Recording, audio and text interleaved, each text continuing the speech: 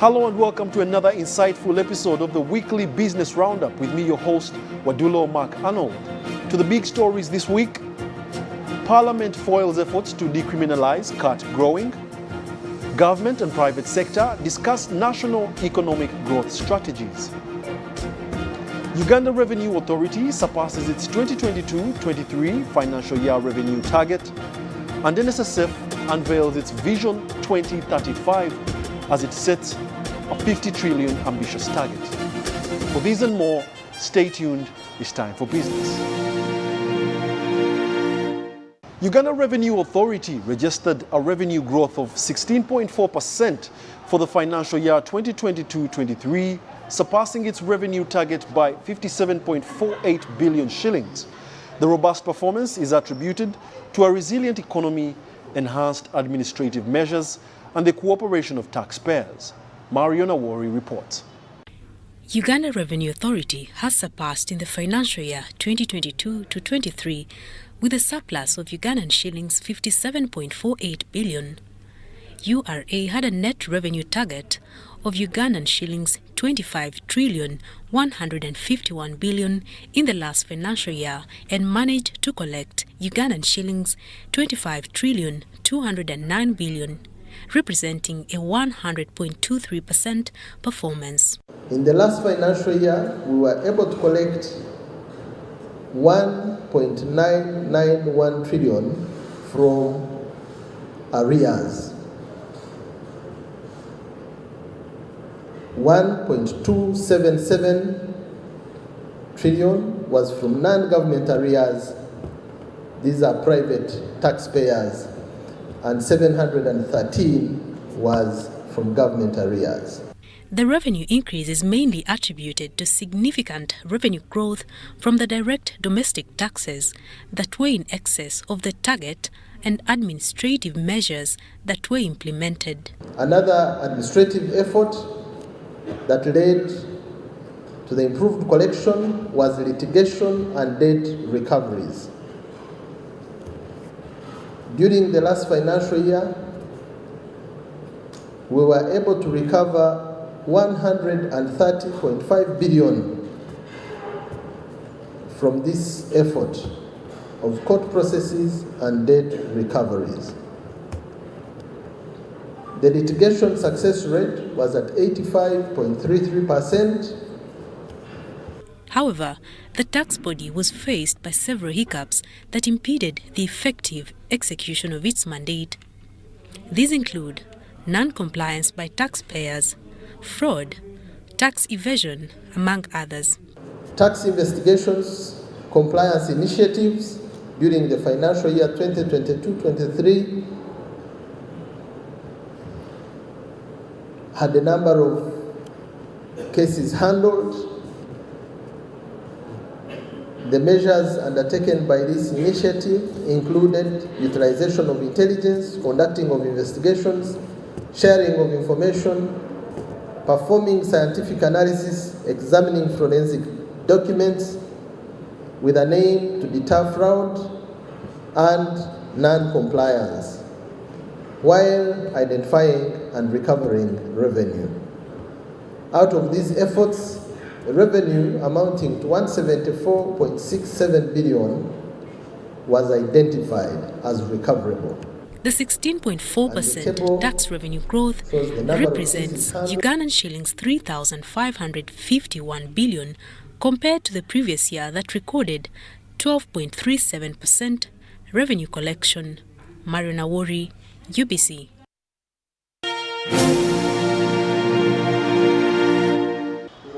NSSF has unveiled the Vision 2035 agenda, whose goal is to increase enrollment of the country's total workforce from the current 10% to 50%. According to Patrick Ayota, the newly appointed managing director, the fund will deliberately introduce new initiatives to create the capacity and the willingness of Ugandans to save. Has indicated. We believe this is a vote of confidence by both the board and the appointing authority, especially the Minister of Gender, Labour and Social Development, Honorable Betty Among, and a sign that the fund has a robust succession plan in place. The newly appointed Managing Director of the National Social Security Fund says the fund will focus on expanding social security coverage of Uganda's working population and the sustainability of the fund over the next 10 years and beyond. While unveiling what the fund has called Vision 2035, Patrick Ayota said that the fund targets to increase enrollment of the country's total workforce from 10% to 50% and grow assets under management from 18.4 trillion shillings today to 50 trillion shillings by 2035. Going forward, we are cognizant of the new legal mandate the fund has as a vision by the NSF Act as amended. So we have developed what we call a Vision 2035, and it's anchored on 3 pillars, so you can again get what's very easy. We want to expand social security to most Ugandans. Our purpose as a fund is to make lives better by making savings a way of life. Right now, we are giving that to only 10% of Uganda's working population. We have a membership base of about 1.6 million members. To achieve and surpass the target, NSSF is committed to improving efficiency and customer satisfaction to 95%. I can commit that every decision will be in the interest of the member. We will create value and be responsive to the needs of our members. We may not solve all the problems, we can't, but we'll be responsive to the needs. Our Acting Deputy Managing Director, Mr. Gerald Paul Kasato. In a related development, the newly appointed NSSF Acting Deputy Managing Director, Gerald Paul Kasato, has been introduced to the press. Kasato, who doubles as the Chief Investment Officer, is convinced that the fund's investments within and across the region have high prospects of yielding good results for members. And actually, you notice when our numbers come that this year is probably going to be the year that the fund has ever received a high dividend. Last year we got about almost 100 billion in dividends. This time around the dividends are in excess of 150 billion. Again, it shows that the companies that the fund has invested in are actually performing well. Currently, NSSF's assets under management stand at over 18.4 trillion shillings, retaining its position as the largest social security fund in East Africa by value. Dennis Igoa for the Business Roundup.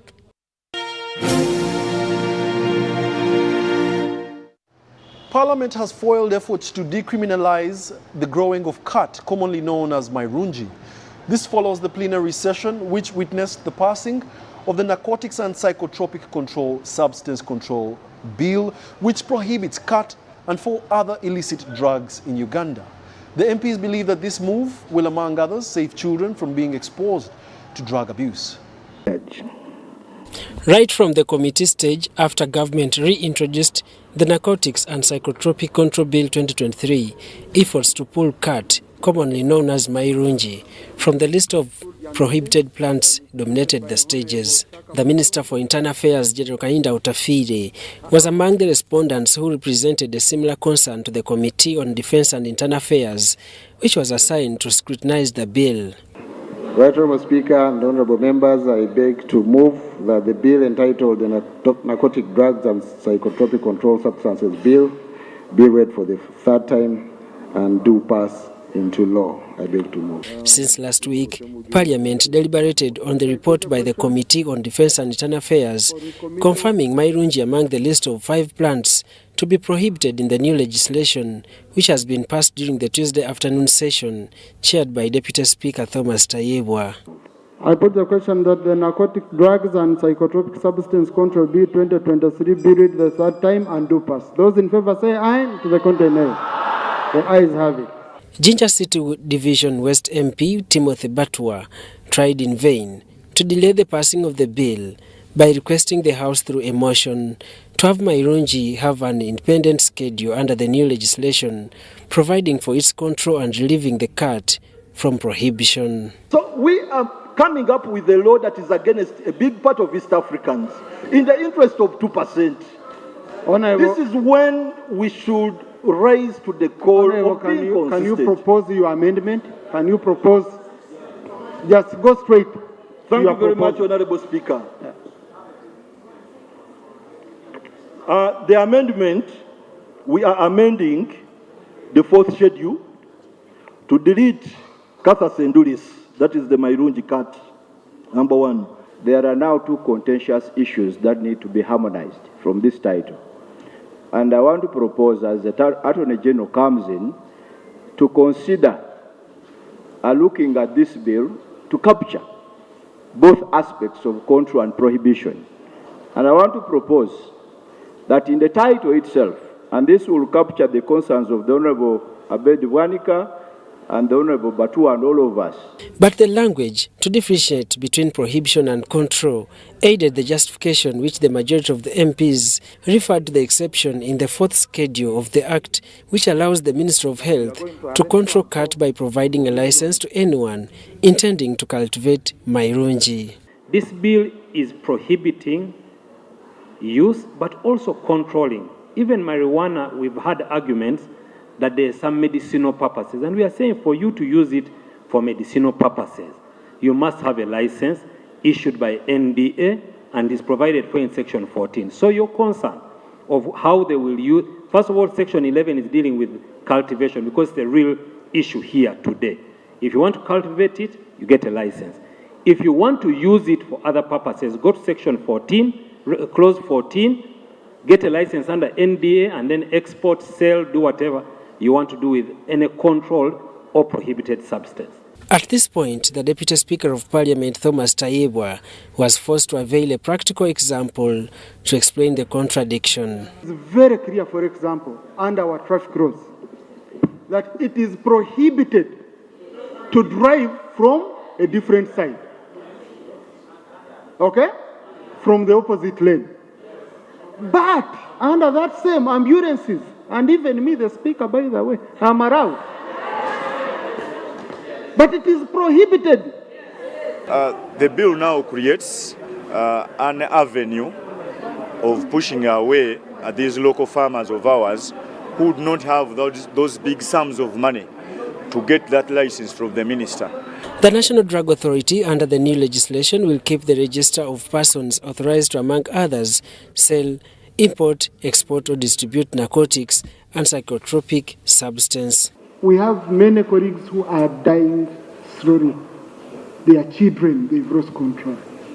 So from alcohol and now also social media abuse, our children, social media has become a very big problem for it, I don't know, but it mainly goes back to the parent. Are we doing our job? So I urge all of you, honorable colleagues, go back, teach your constituencies. Talk to your parents in your constituencies. The Narcotics and Psychotropic Control Act 2015 was nullified by the Constitutional Court in 2017 on grounds that was passed without quorum. Daniel Mugoya, Gloria Gutabinji, UBC News.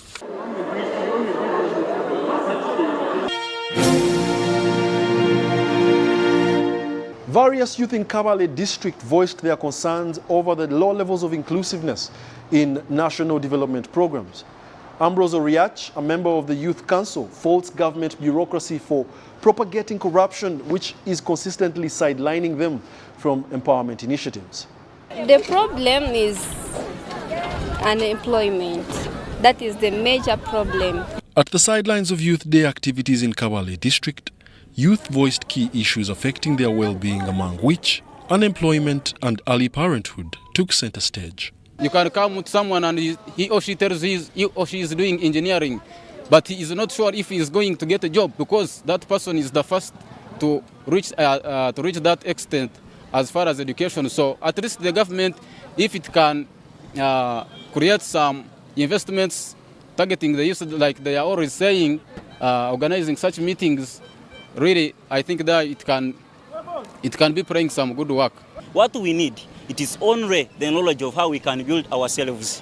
Either when we are at home, what can we create there for us to gain a small income so that we can sustain our own lives? Because at campus we think that now we are in a mature age of getting married to create our own families and leave our parents where they are. But how early one should become a parent is debatable due to the demands to provide for the family financially. Someone will tell you that going to the university is just an enjoyment, and of course, an enjoyment is a sign of sexual and what. Yeah, there should be much emphasis in education to make sure that the generation that is upcoming, they get quality education to keep them away from the practices that they are engaging in, leading them to the early parenthood. We have to participate in these green skills for youth because we are the future, so we need to participate. We create our own future. The Youth Livelihood Program, Emyoga, Uganda Women Entrepreneurship Program, and the Parish Development Model are examples of economic empowerment programs government is currently running, but some youth express facing hurdles becoming beneficiaries. I heard them talking about the meeting of 30% of PDM, the allocation given to the youth. But if you go to most of the districts, the group formation is blended. So meaning that the 30% is not going to be realized by the youth. We created a group of rearing goats, but when we reached at a sub-county level, they undermined us. They told us that what you have created, the money may not cater for you because the groups are very many. Out of the 8 billion world population, 1.5 billion are young people that fall under the youth bracket between 13 to 35 years. All of us all over the world, and particularly in Africa, where the youth are the largest majority of the population, if we do not invest in them, we are not going to achieve what we call the demographic dividend. That means we are not going to see the economic growth that we aspire for. In Uganda, young people constitute 76% of the population, making it critical to invest decisively in their future. Wadulo, Arnold in Kabale District. The second edition of the Uganda-Kenya Coast Tourism Conference, Excursion and Farm Trip is slated for the 14th and 15th of November.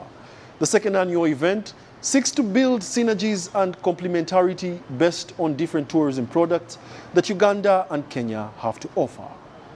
In 2022, a milestone 326,387 Kenyans visited Uganda. This was an increase of over 40,000 tourists from the year 2021. The industry players, led by the Minister of Foreign Affairs and the Minister of Tourism, Wildlife and Antiquities, are organizing the second Uganda-Kenya Coast Conference Excursion and Farm Trip due November 13th and 14th of this year. It is possible to leverage on the improved connection to grow tourism between Uganda and Kenya, and particularly the coast. The theme for this year's conference is consolidating networks, synergies, and diversity to maximize the tourism potential between Uganda and Kenya coastal region. Uganda is the second biggest source market for Kenya after the US. And last year, over 150,000 Ugandans visited Kenya. So you can see that the markets of Kenya and Uganda are very important for both markets, and we need to really focus on that. At the unveiling event, sector players from the two sisterly countries called for continued collaboration to consolidate the 2022 achievements and also find new ways of increasing tourism numbers. Our brothers in Kenya and Mombasa at that tend to understand business better than we do, and I must also say have got a much better appreciation of money issues than we do. When you have a partner who is thinking about turnover, return on investment, chances are you'll also find yourself doing much better than we are doing. Yes, Kenya is a big market for Uganda's tourism, but beyond the region, beyond our domestic and regional market, the international market, the trends are changing. It is sustainable tourism. We cannot ignore what is going on with the climate change, the environmental issues we are dealing with, the international tourists beyond the regional market want to hear, want to see package that takes care of sustainability. At Diani, we have one of the best voted sand beach hotels in Africa, which is a haven for sun and water sports seekers. Here you can find luxurious five-star beach hotels. State Minister for Tourism, Wildlife and Antiquities Martin Mugara launched the registration exercise at the Ministry of Foreign Affairs in Kampala. Dennis Igoa for the Business Roundup. The 7th Economic Growth Forum this week hosted prominent delegates to discuss policy proposals that will inform the national budget priorities and growth strategy for the next financial year and midterm. We have a detailed report. Uganda is urged to strengthen its competitiveness in order to accelerate economic growth. For sustainable growth, more focus on fiscal consolidation is encouraged. Cost of public administration is very high. This country cannot afford to have a parliament of 555 MPs or 81 ministers or 147 districts. So, given the size of our GDP and the revenue that we earn and the problems that we have in terms of our level of our debt, it is now high time we had a clear, patriotic look at the cost of public administration. It is something that we can all agree, Ugandans agree, that it is something we need to do. Improving government efficiency, cutting off the agencies that we think are duplicating the others, and putting everything in one place so that we are more efficient, we use our money efficiently. These are some of the suggestions mooted on the first day of the two-day Economic Growth Forum. Uganda is among the 5 countries projected to grow fastest in this decade at 7.5%. This is according to the researchers at the Growth Lab at Harvard University. It's argued that the projection is attainable through reduction of tax incentives, boosting exports and farm productivity, value addition, as well as addressing the issues of climate change. As long as we do not know the requirements of the market, our export strategy is not going to work. We need to understand that markets demand a particular type of product, and that is the product we should tell our farmers to produce. So if you just produce beans anyhow, and then there is no market for them, definitely you won't be able to promote your products abroad. If we have to learn anything, is that we should try to produce goods and services based on raw materials from here. So if you see what is happening in some of the industrial parks, you'll find that we are still importing spare parts.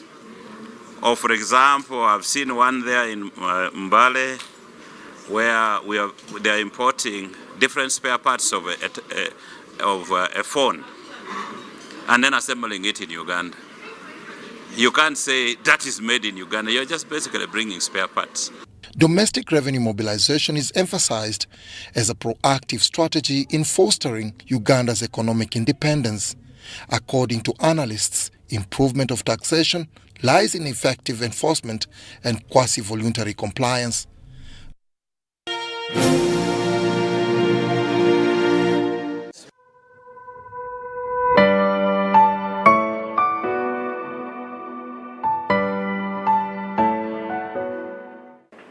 We have a number of projects in the pipeline which the board of the World Bank has already approved, which we shall be taking to Cabinet and subsequently to the House, which have no effect of the recent decision by the World Bank. I thought I would also add this clarification. The committee, however, notes that the US $48 million is quite a lot to only be spent on capacity and institutional strengthening.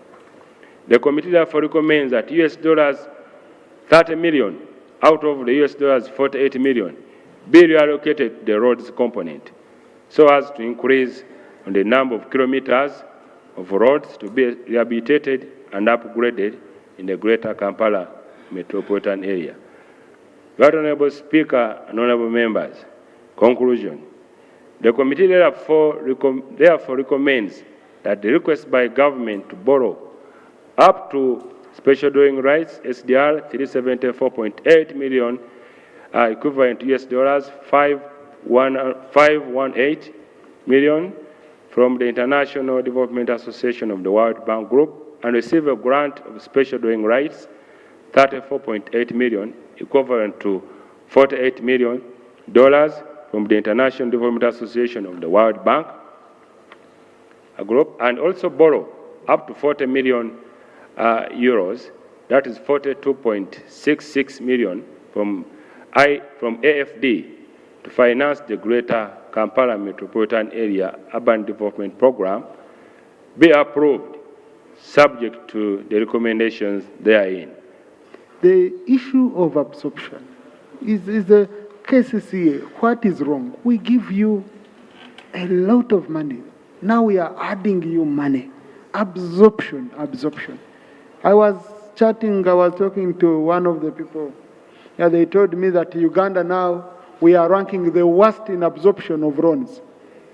And yet we are paying interest on money that is not absorbed. So the issue of absorption is an issue we need to look at as oversight. Seriously, as a committee. Yeah. So I pick Honorable Namuyang.